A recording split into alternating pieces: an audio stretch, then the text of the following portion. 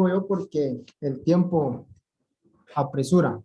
Bueno, ¿se recuerdan que hemos estado conversando la semana pasada acerca de la parte de lo que era la seguridad alimentaria? Ahora vamos a irnos enfocando un poquito más a la parte de lo que son los alimentos y vamos a ir hablando de la parte de lo que es el deterioro de los alimentos. Ustedes se recordarán cómo definimos alimento, ¿sí? Dijimos que un alimento, ¿sí? Es todo aquel producto que pueda ser natural o también puede ser artificial, ¿verdad? Que también puede ser, dijimos, compuesto, puede ser simple, que puede estar o no puede estar transformado, ¿sí? Y que lo vamos a consumir, ¿sí? Con el objetivo de ¿qué? Con el objetivo de mejorar la parte de lo que es la nutrición o simplemente lo hacemos por placer, ¿sí? Aunque no sea con fines nutritivos. Entonces, de esa manera. Pero, ¿qué es lo que sucede? Este alimento empieza a experimentar deterioros. Se empieza. Y hemos dicho que el tiempo de vida útil es el momento en que ese alimento va a mantener todas esas sus características.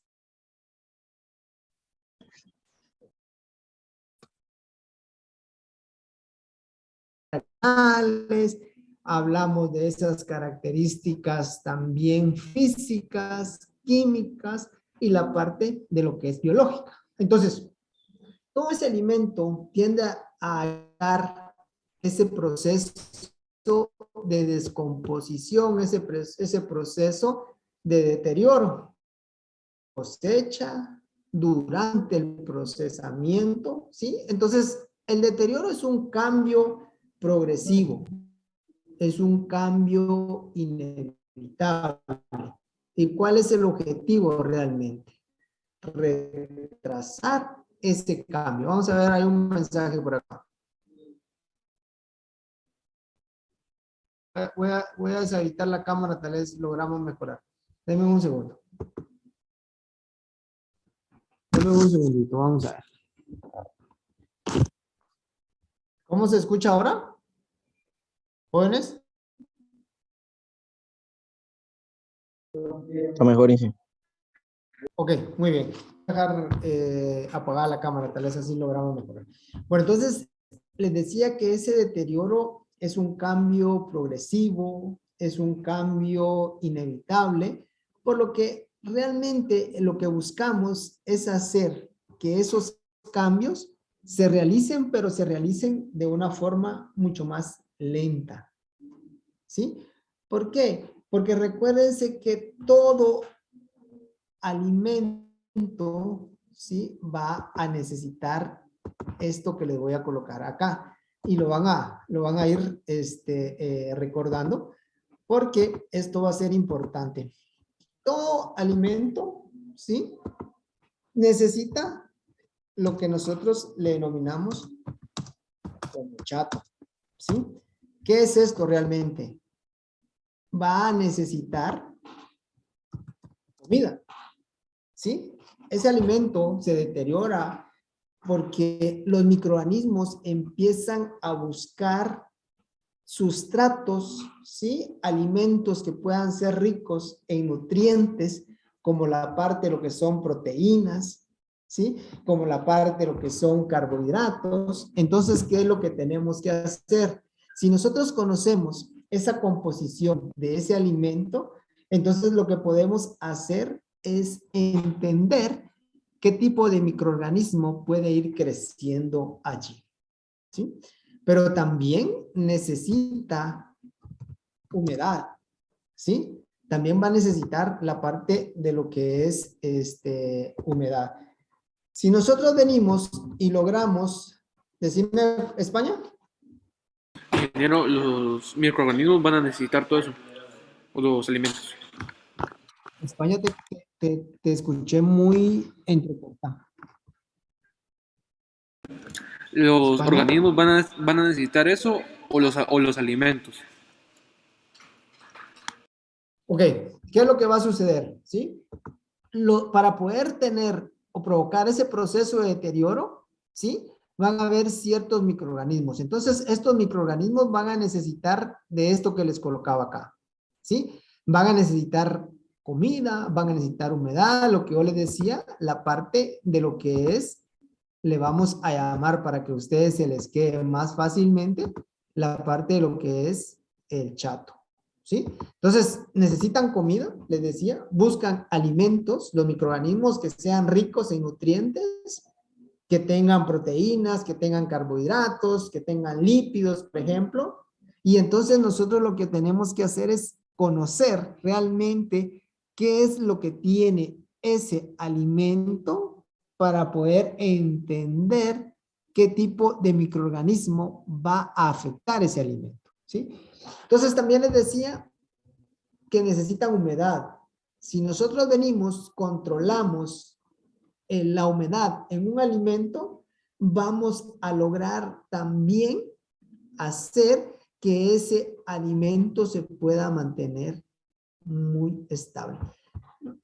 No sé si ustedes han escuchado la parte de lo que es higroscópico, ¿sí? Este término, ¿qué significa? Que un alimento puede absorber humedad, ¿sí? Entonces, ¿qué es lo que hace? Crea condiciones para que los microorganismos se puedan ir reproduciendo. Entonces, necesitamos controlar este factor. Necesitamos controlar condiciones de almacenamiento, necesitamos controlar cómo está ese alimento de manera que podamos incrementar el tiempo de vida. ¿Qué más necesitan? Necesitan acidez, ¿sí? Vamos a ver, hay un chat aquí. Veamos. Ok, el higroscópico quiere decir que va a absorber humedad. Puede ser que absorba o que ceda humedad. Ustedes ven, en el caso, por ejemplo, de que el ama de casa compra sal de ajo, sal de cebolla, ¿y qué es lo que va sucediendo con eso? Que determinado tiempo, ¿sí? Empieza a formarse grumos, ¿sí?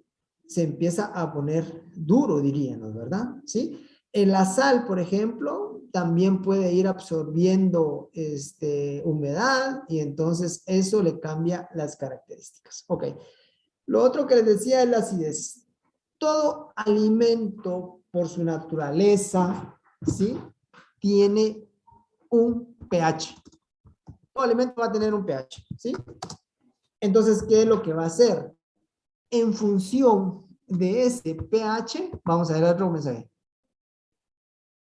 Ok. España pregunta si tenemos que evitar que sea higroscópico. ¿Cómo vamos a evitar esa parte? A través de las condiciones de almacenamiento. Controlando temperaturas, controlando humedad de almacenamiento. El alimento por sí va a ser, va a tener esa característica de higroscópico. Entonces, ¿qué es lo que va a hacer? Lo que tenemos que controlar son esas condiciones de almacenamiento. No sé si te... Ok. Me voy a pasar a otra diapositiva para poderles explicar la parte de lo que es la clasificación. Los alimentos los podemos ir clasificando. Yo les decía que por su naturaleza, el alimento tiene un pH, tiene un grado de acidez, ¿sí? Entonces, en función de ese pH, los alimentos los podemos clasificar de baja, alta, acidez.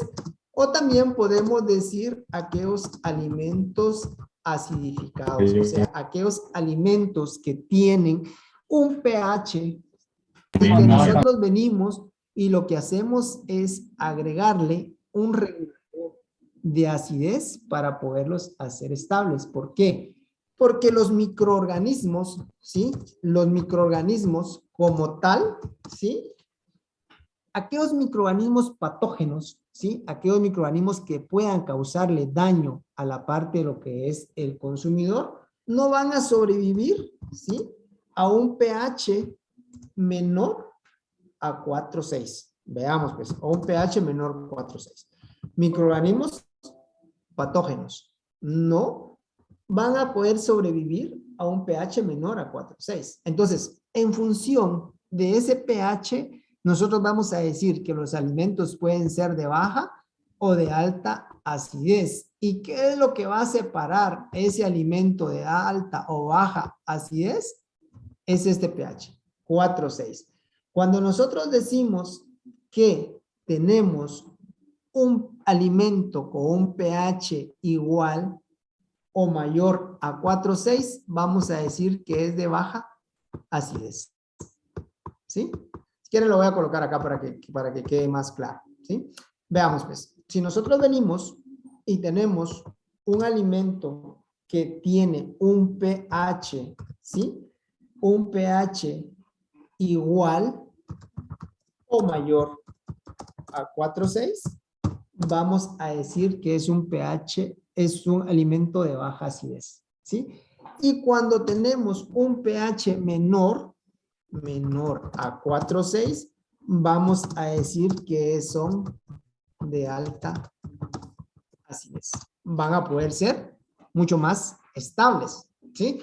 Entonces, ¿qué es lo que va a suceder? Cuando yo vengo y tengo un alimento con un pH mayor o igual a 4,6, yo debo de someter ese alimento a un proceso de esterilización comercial, ¿sí?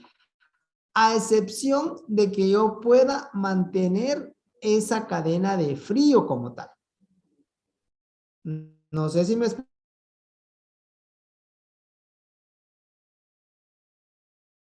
explico, jóvenes. ¿Se entiende? Decimos que según su pH, los alimentos pueden ser baja, alta acidez o alimentos acidificados. Vamos, pues, acidez, ¿sí? Alimentos acidificados. Les decía que los microorganismos patógenos, ¿sí? Los microorganismos patógenos no van a poder sobrevivir, no son sus mejores condiciones cuando el pH está bajo 4,6 o menor a 4,6, ¿sí? Entonces yo les decía que un pH igual o mayor a 4,6 alimento de otro chat aquí. Ok, ahorita voy a repetirlo, Gabriel. Muy bien. Entonces, decíamos que menor a 4,6 va a ser de alta acidez. Voy a repetir nuevamente esto. Veamos pues. Los microorganismos necesitan cierta acidez, cierto pH, ciertas condiciones para poderse sobrevivir, para poder crecer. Según su pH, los alimentos los podemos clasificar en baja, alta acidez o alimentos acidificados.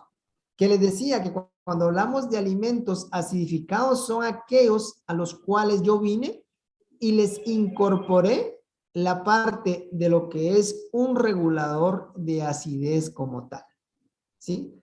También les decía que los microorganismos patógenos van a tener dificultad para poder sobrevivir a un pH menor a 4,6, ¿sí? Entonces, no van a estar en sus condiciones óptimas para poderse reproducir. También les comentaba de que cuando nosotros venimos y tenemos un pH igual o mayor a 4,6, nosotros estamos hablando de que este alimento es de baja acidez, ¿sí? Y cuando el pH es menor a 4,6, vamos a decir que son alimentos de alta acidez. ¿Estamos bien? Otra cosa que les comentaba es de que esos alimentos que tienen un pH igual o mayor a 4,6, debemos de conservarlos por un método de conservación de esterilización. ¿Sí? Vamos a ir hablando más adelante un poquito más a detalle de esto. Entonces, ¿qué es lo que sucede? Si yo tengo un pH igual o mayor a 4,6, yo necesito someterlo a un proceso de esterilización comercial o mantener una cadena de frío. ¿Qué es lo que pasa con la leche? El pH de la leche normal es de 6,5 a 6,7. ¿Qué es lo que se hace? Se puede pasteurizar y nosotros lo pasteurizamos y lo sometemos a una cadena de frío. Pero si yo vengo y lo coloco en esas cajas de cartón, esas cajas tetra, vamos a observar que esa leche se puede mantener esterilización, un sistema UHT, que además de eso me va a matar microorganismos de deterioro, más esos microorganismos que afectan la salud del consumidor. Entonces, de esa manera. Y además de eso, esos que están en caja, en tetra, también son envasados en un sistema aséptico, que era lo que habíamos platicado anteriormente. ¿Estamos bien? ¿Alguna duda, algún comentario? ¿No? Ok, muy bien. Ingeniero, disculpe, No hay. Dígame. ¿puede repetir lo que dijo de UHT? Es que se está trabando un poquito la red, por favor. Jocelyn, le escucho entrecortado. Jocelyn. Ingeniero, que si puede repetir eso de lo que Jocelyn. dijo de UHT, es que la red está mal. Fíjese que no le logro. Ok, España. Ok, España.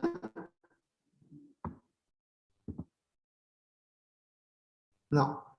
Ingeniero, disculpe. Hay una pregunta acá en el chat. Decime. Decime. Ok, lo de UHT dice. Ok, muy bien. UHT es un proceso de pasteurización, de ultrapasteurización.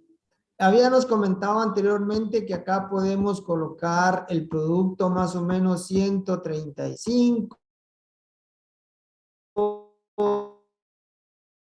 hasta 150 grados. Por eso es de que nosotros a veces encontramos productos que se pueden mantener a temperatura ambiente, como en el caso les colocaba de la leche que está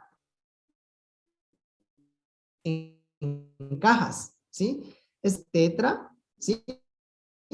Han sufrido este tipo de proceso, un proceso UHT. Entonces, acá reducimos esas unidades formadoras de colonia, ¿sí? Y vamos a reducir la parte de lo que son microorganismos patógenos, o sea, aquellos microorganismos que le puedan causar daño al consumidor, como esos microorganismos de deterioro, ¿sí? Vamos a ver, hay otra preguntita por acá. Ok, se escucha mal el audio. Ok, vamos, voy a ver cómo. Denme un segundito. Vamos a ver. Denme un segundito.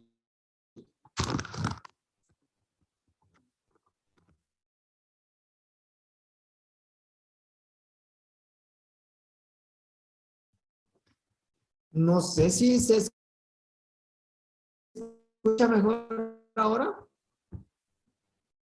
Por parte dice. Ok,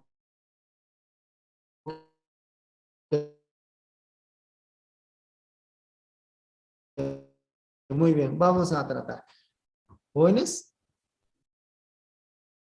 ¿Sí? ¿Podemos? Bueno, muy bien. No hay preguntas en la parte de lo que es el chat. Muy bien, entonces vamos a regresar a esta diapositiva. Entonces, habíamos comentado la parte de lo que es acidez, pero también la parte de lo que son los microorganismos necesitan tiempo. Es importante que ustedes vengan y que cada uno de los alimentos tienen un tiempo de vida útil. Y cada uno de esos alimentos una fecha de caducidad, una fecha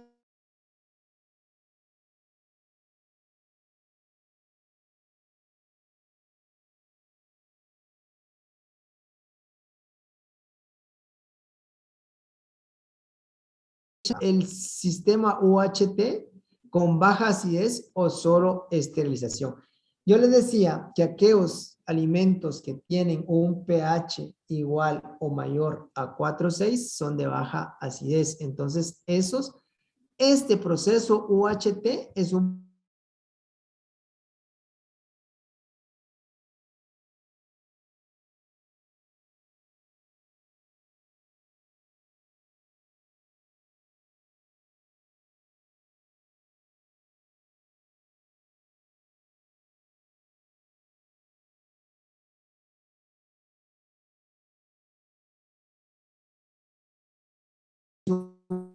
La mala. Uy. Le llamo. Casi. Mejor la llamar. Pero está en clase 221. Vale, verga. No. No. 21, ¿vos también estás en clase? El audio.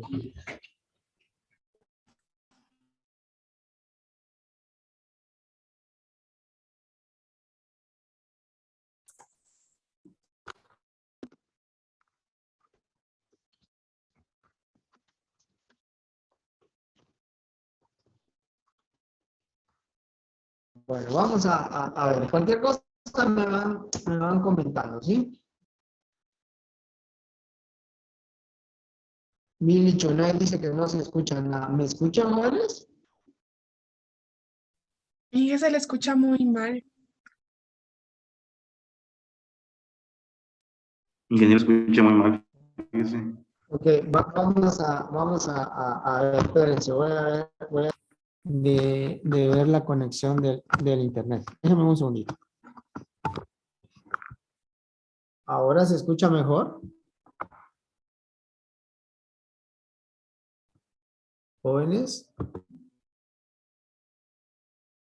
No, dice, no se escucha, dice. Bueno, déme un segundo. Vamos a ver.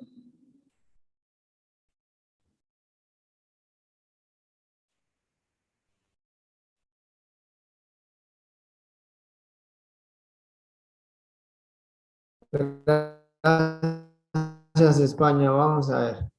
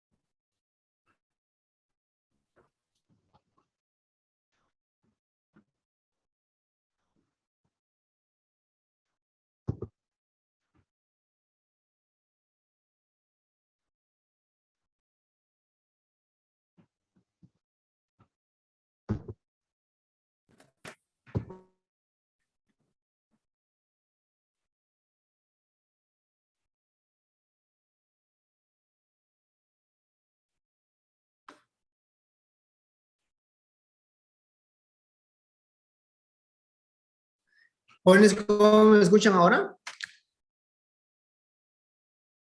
Jóvenes. Se escucha más claro, ingeniero. Ok, vamos a... ¿Me escuchan bien? Vamos a... Ingeniero. Ok, muchas gracias. Entonces vamos a continuar con la parte esta, ¿sí? Entonces estábamos comentando que ustedes tenían ahí algunas dudas, ¿sí? Y con la parte de lo que era el sistema UHT, ¿sí? Entonces, estábamos diciendo que el sistema UHT es un sistema de ultra pasteurización, ¿sí? En el cual vamos, ¿sí? Dejó de presentar. Sí, ahorita voy. Bueno, entonces, en el que vamos a nosotros, realmente le decía que el sistema UHT, ¿sí? Es un sistema de ultrapasteurización en el que vamos a utilizar temperaturas altas por tiempos cortos, ¿sí? De esa manera. Y les decía que cuando nosotros utilizamos un sistema UHT, lo que estamos haciendo es eliminando todos esos microorganismos que son de deterioro, como también aquellos microorganismos que pueden causar daño al consumidor. Estamos hablando de microorganismos patógenos y también esos microorganismos que pueden en algún momento, ¿sí?, ocasionarle problemas a la parte de lo que es el consumidor. Entonces, yo les decía de que este sistema UHT me permite que mi alimento lo pueda mantener a temperatura ambiente. No necesita refrigeración, ¿sí? Entonces, les decía que ahí podemos ver esos alimentos como la leche colocada en envases de cartón, esos envases tetra, en los que los puedo tener a una temperatura ambiente como tal, ¿sí? De esa forma. También les estaba comentando que los alimentos los podemos ir clasificando en función de su pH en alimentos de baja, alta acidez o alimentos acidificados. Les decía que todos aquellos alimentos que tienen un pH igual o mayor a 4,6, o sea, alimentos de baja acidez, que era lo que me preguntaba España, deben de ser sometidos a un proceso de esterilización comercial, ¿sí? Entonces, la UHT es un tratamiento o es un proceso o una esterilización comercial porque estamos utilizando temperaturas altas por tiempos cortos. Entonces, a través de la esterilización comercial, yo también voy a reducir la carga microbiana de esos microorganismos que son patógenos como esos microorganismos que son de deterioro.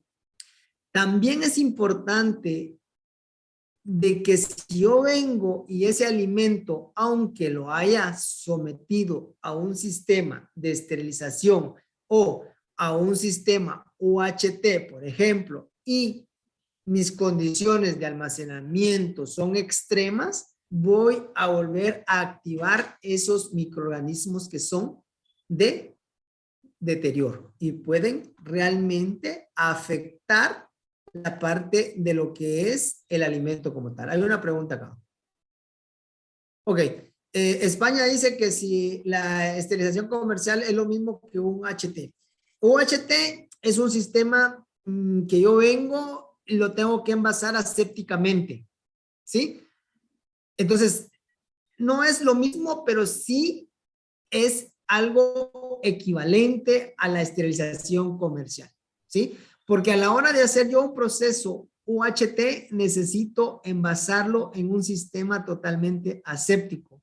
Mientras que cuando yo vengo y lo hago a través de una esterilización comercial, ¿qué es lo que va a suceder acá? Cuando yo vengo a una esterilización comercial, yo lo que hago con este envase, ¿sí? Lo que voy a hacer es de que lo voy a sellar y luego lo voy a meter en un autoclave para poder provocar esta esterilización comercial, ¿sí? Entonces yo vengo, lleno en caliente, sello y lo someto a ese tratamiento. Mientras que en la UHT, ¿qué es lo que voy a hacer? Mi envase, les decía, como también mi producto lo hago por separado y en un lugar totalmente aséptico lo voy a unir. No sé si te logro resolver tu duda, España. Ok, el proceso de esterilización, ahí está preguntando si se hace a través de un autoclave. Podemos hacerlo a través de un autoclave, ¿sí? Ok, muy bien. El equipo que se necesita es un autoclave para poder realizar ese proceso. Ok, vamos a seguir. Pienso que estamos, España, ya no me comentaste si estamos bien ahí con tu... Ok, muy bien. Al final los dos ayudan a la baja acidez. O sea, los dos van a lograr conservar ese producto, ¿verdad? Por mucho más tiempo. Ahora yo les decía, si yo lo someto solo a un proceso de pasteurización, como en el caso de la leche, debo mantener esa cadena de frío y no debo romper la cadena de frío para evitar que realmente mi producto se vaya a deteriorar. Muy bien. Bueno, entonces seguimos con la parte de lo que estábamos comentando, ¿verdad? El famoso chato. Y ya habíamos dicho de que necesita la parte de lo que es la comida, que necesita humedad, que necesita acidez, y por eso me detuve ahí con la parte de lo que es la clasificación de los alimentos según su pH, ¿sí?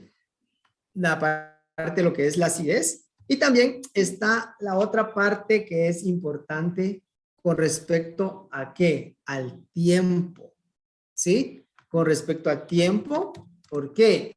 Es importante, les decía yo, tener presente que cada uno de los alimentos tiene un tiempo de vida, ¿sí? Un tiempo de vida útil. Entonces, nosotros debemos de leer las etiquetas para poder saber en qué momento ese alimento deja de ser estable, ¿sí?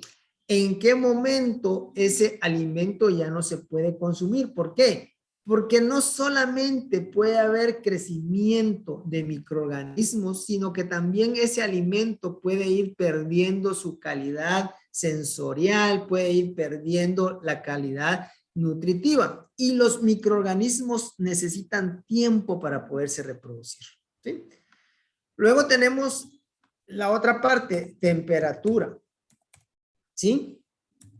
En el caso de la temperatura, uno de los factores de estos 6 que tenemos acá, diría que es uno de los factores difíciles de poder controlar. ¿Por qué?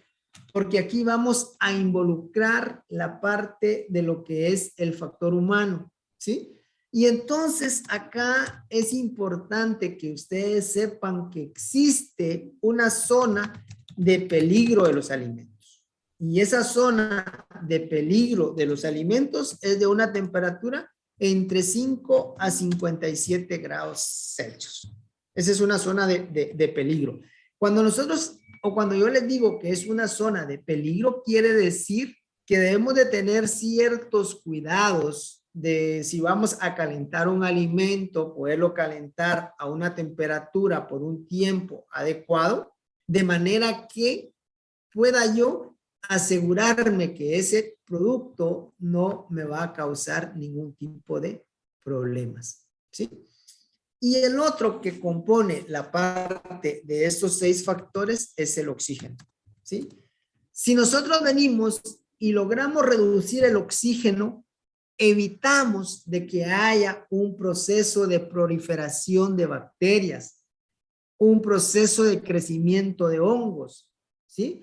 Pero todo esto, ¿qué es lo que requiere? Requiere de tecnología. Ustedes se recordarán el envasado en atmósferas protectoras que les comenté en la parte de lo que eran las gamas. Les dije que el envasado en atmósferas protectoras podemos tener un envasado al vacío, un envasado en atmósferas modificadas, un envasado en atmósferas controladas, ¿sí? Hay microorganismos que pueden crecer en ausencia o, ¿sí?, con oxígeno. Entonces, de esa manera. Entonces, el oxígeno, si nosotros lo logramos reducir, vamos a evitar la proliferación de bacterias. ¿Alguna pregunta, algún comentario? ¿No hay preguntas? ¿España? ¿No? Ok. ¿Kendall? ¿Tampoco? ¿Estamos claros con esto? Entonces, todo esto va a ser importante porque, y a raíz de qué les comento esto, porque vamos a empezar a ver la parte de lo que son las macromoléculas. Y entonces les decía que los microorganismos necesitan ciertas condiciones para poderse reproducir. De estos 6 factores que yo les enumeré acá, el tiempo y la temperatura van a ser los más importantes que debemos de controlar para reducir la probabilidad de ese crecimiento. Un minutito de España y listo, ¿sí?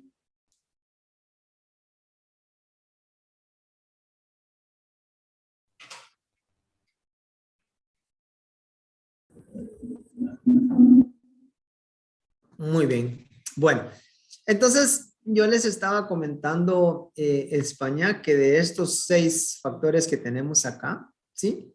El tiempo y la temperatura son los más importantes, ¿sí? Son los más importantes y esos hay que controlarlos de manera que podamos garantizar que ese alimento se pueda mantener estable por un poco más de tiempo, ¿sí? Entonces, de esa forma, debemos de, diríamos que podría ser como la parte más crítica o más importante de ir controlando a la hora de hacer este tipo de actividades, este tipo de procesos. Muy bien. Entonces, todos estos, hay factores, como decían, los factores que tienden a causar que el alimento se deteriore, ¿sí? Ya lo vimos, la temperatura, que puede ser frío, que puede ser calor. ¿Por qué? Porque si nosotros venimos y le aplicamos demasiada temperatura a un alimento, podemos provocar, que lo vamos a ver un poquito adelante cuando las macromoléculas, la desnaturalización de las proteínas. Si yo vengo y le aplico una temperatura muy baja, por ejemplo, ¿qué es lo que voy a ocasionar? Que mi producto pueda quemarse por frío. Entonces, la temperatura va a ser un factor importante. Pero no solo la temperatura, las radiaciones que puedan haber. Ustedes ven que algunos productos, por ejemplo, algunos alimentos están envasados en recipientes de color ámbar, por ejemplo. ¿Para qué? Para evitar que la radiación pueda afectar y provocar un proceso de oxidación de ese producto, cambiarle las características, ¿sí? También otro factor que puede causar esta descomposición o este deterioro del alimento están las enzimas. Ustedes en el curso anterior estuvieron hablando un poquito de la parte de lo que son enzimas. Las enzimas son catalizadores, ¿sí? Que pueden en algún momento ser beneficiosas en el caso de los alimentos, como también pueden ser causantes del proceso de descomposición. Si yo voy a preparar, por ejemplo, un queso, yo voy a necesitar una enzima, la enzima renina, para poder provocar que la proteína que está presente en la leche se tienda a coagular, ¿sí? Si yo voy a hacer un proceso de fermentación con muñeco o sin muñeco, necesito alguna enzima para poder acelerar y convertir esos azúcares en alcohol, ¿sí? Pero también pueden haber la parte de lo que son las enzimas causar el pardeamiento, o sea, el cambio de color, una tonalidad café, por ejemplo, en un alimento, ¿sí? Entonces puedo tener enzimas que me van a beneficiar y otras enzimas que realmente no me van a beneficiar, sino que me van a deteriorar el alimento como tal, ¿sí?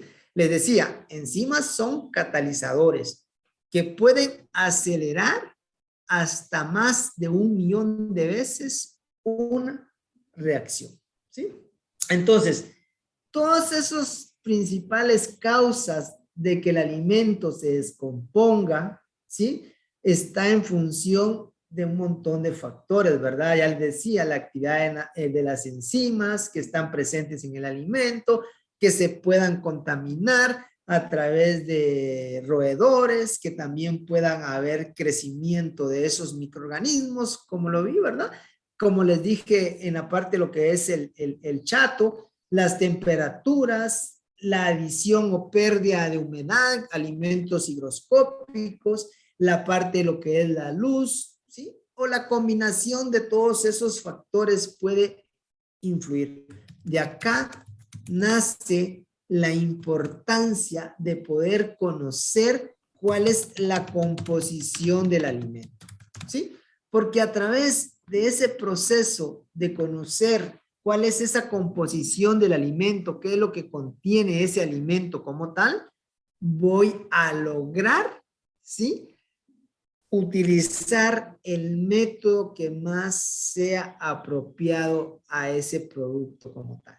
Entonces, a través de esa composición, yo voy a saber cuál es la funcionalidad de ese alimento como tal. Puedo saber qué tipo de procesamiento lo voy a someter. También puedo mejorar y desarrollar procesos a través de ello. ¿Y eso qué me va a garantizar?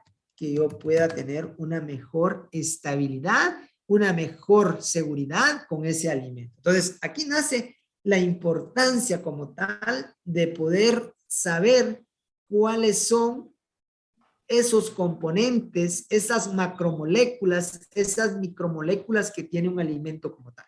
Porque a partir de ahí voy a poder decir, bueno, este alimento lo puedo someter a un tratamiento, ¿sí? Y uno de los componentes importantes dentro de un alimento es el agua. Vamos a tener los carbohidratos, vamos a tener las proteínas, vamos a tener las grasas, por ejemplo, lípidos, ¿sí? El agua en un alimento puede estar ya sea de forma libre o de forma ligada, ¿sí? De esa manera. Lo voy a colocar acá. De forma libre o de una manera ligada. Son las formas en las que podemos encontrar el agua en un alimento, ¿sí? El agua no se considera un nutriente porque no sufre cambios químicos durante el proceso en que se puede aprovechar, ese proceso biológico, pero me sirve para llevar a cabo diferentes transformaciones bioquímicas propias de toda una de las células. Entonces, de esa manera. Acá es importante mencionar que la actividad de agua, lo voy a colocar acá, es importante y es el análisis de calidad, valga la redundancia, más importante en la industria de alimentos. ¿Sí? La actividad de agua. ¿Por qué? Porque la actividad de agua me va a indicar esa cantidad de agua que tiene un alimento. ¿Para qué? Para poder sufrir ciertas reacciones. ¿Sí?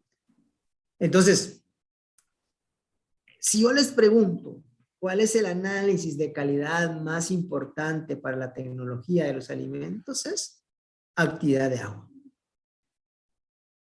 En el caso de los productos cárnicos, el análisis de calidad más importante es el pH. Porque a través del pH yo puedo tener una carne normal, una carne oscura, una carne pálida, ¿sí? De esa manera. Entonces, actividad de agua es esa parte del agua disponible o esa agua libre que tiene un alimento para poder sufrir reacciones químicas. Y es el análisis más importante en la parte de lo que es la tecnología de los alimentos. ¿Alguna pregunta? ¿Alguna duda? ¿Estamos bien?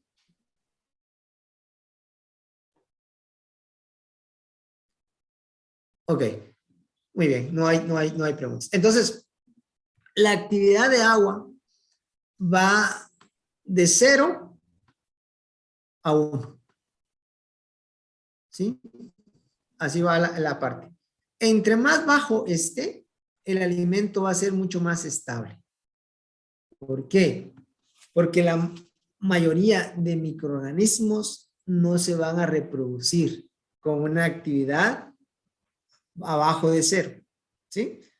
Y vamos a decir, por ejemplo, que en una actividad por debajo de 0, lo voy a escribir mejor, de 0,9, ¿sí? Una actividad de agua que podamos tener abajo de 0,9, vamos a decir que ahí la parte de lo que son las bacterias o la mayoría de las bacterias no se van a reproducir por debajo de 0,9. ¿Sí? Los mohos y las levaduras no se van a reproducir a una actividad por debajo de 0,6. Cada uno de estos alimentos van a tener una actividad de agua, ¿sí? Y esa actividad de agua es la que me va a hacer que mi alimento pueda ser estable, que se Por ahí dijo mantenga. aquel. ¿Alguna No, pregunta? pero me pasaron. ¿Jóvenes? Daniel. ¿Por qué no? Cada quien consigue su material. Daniel. No, solo yo le pongo atención y no me interesa ayudar. Daniel Flores. Él anda en otra cosa, anda en otra jugada, no está aquí. Anda pensando en otro curso. Ok, muy bien. Entonces, de esa manera, ¿verdad? Entonces tenemos que ver la parte de la actividad de agua, porque la actividad de agua me predice, ¿sí? Me predice el tiempo de vida de un alimento, o sea, me va a predecir la estabilidad de ese alimento, ¿sí? Esa estabilidad con respecto a todas esas propiedades físicas, la velocidad con la que puede sufrir todas esas reacciones de deterioro del alimento como tal, ¿sí? De esa manera. Entonces, realmente la actividad de agua me va a decir ese tiempo en que un alimento se pueda mantener estable. Por lo tanto, es una propiedad importantísima dentro de un sistema alimenticio como tal, ¿sí? De esa manera. Vamos a decir que a través de esa actividad de agua voy a poder garantizar ese alimento como tal.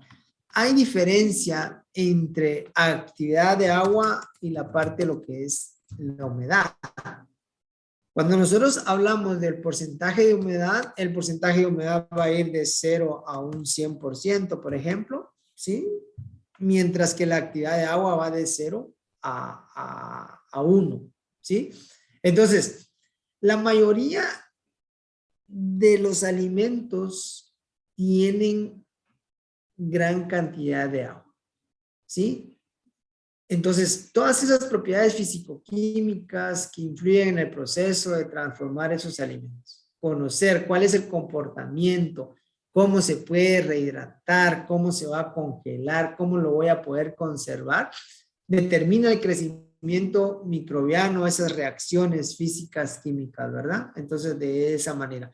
Entonces, algunos alimentos van a tener, ¿qué? 96 hasta un 97% de agua, ¿sí? Ustedes ven que muchos alimentos que aún están secos, por ejemplo, que en apariencia dirían son secos, y van a tener las harinas, por ejemplo, tienen entre un 10 a un 12% de humedad. Ustedes en el módulo han determinado la humedad de la parte de lo que son las harinas y se dan cuenta que tienen aún humedad como tal, ¿verdad? Entonces, de esa manera, dependiendo del tipo de alimento, ahí vamos a ver que hay humedad, agua. El agua tiene gran número de funciones biológicas basadas en esa capacidad de poder transportar, basadas en esa capacidad que pueden servir como una suspensión, pueden intervenir en varias reacciones enzimáticas o de hidrólisis. ¿Alguna pregunta, jóvenes? ¿Algún comentario? Jóvenes. España. ¿Listos? No hay preguntas. Está claro como el agua. Ok. Ok. No estamos entonces. No hay preguntas. Ok, vamos a ver. Muy bien. Si no hay preguntas, jóvenes, vamos a dejarlo acá. Les deseo una buena tarde. Cualquier duda que tengan, pues no hay problema. Me pueden consultar a través del chat. ¿Sí? Ok. España dice que ¿por qué el porcentaje de humedad para qué nos puede ayudar? El porcentaje de humedad también me puede predecir que un alimento se pueda mantener mucho más estable, ¿verdad? O sea, si yo vengo y tengo una harina con un porcentaje de un 12% de humedad, la puedo mantener, ¿verdad? Mucho más, no mucho más tiempo, porque las harinas, su tiempo de vida más o menos andan en 3 meses, pero sí la puedo mantener un poco más estable, ¿verdad? Entonces, a la hora de reducir, vamos a ver que un método de conservación de los alimentos es la parte de la deshidratación. Y deshidratar es eliminarle agua a ese alimento, ¿sí? Ok, no sé si te ayudo ahí, España. John dice 0,9 bacterias y 0,6 mohos y levaduras para estos no pueden reproducirse, va en la actividad de agua. Sí, o sea, yo les decía a ustedes que la actividad de agua es importantísimo para poder definir realmente la parte de lo que es qué tipo de microorganismos se pueden ir reproduciendo, ¿verdad? Les decía, a una actividad de agua por debajo de 0,9, la mayoría de bacterias no crecen y una por debajo de 0,6, los mohos y las levaduras no se van a reproducir. No sé si estamos bien ahí. Bueno, si ya no hay preguntas, feliz tarde, jóvenes. Cuídense bastante.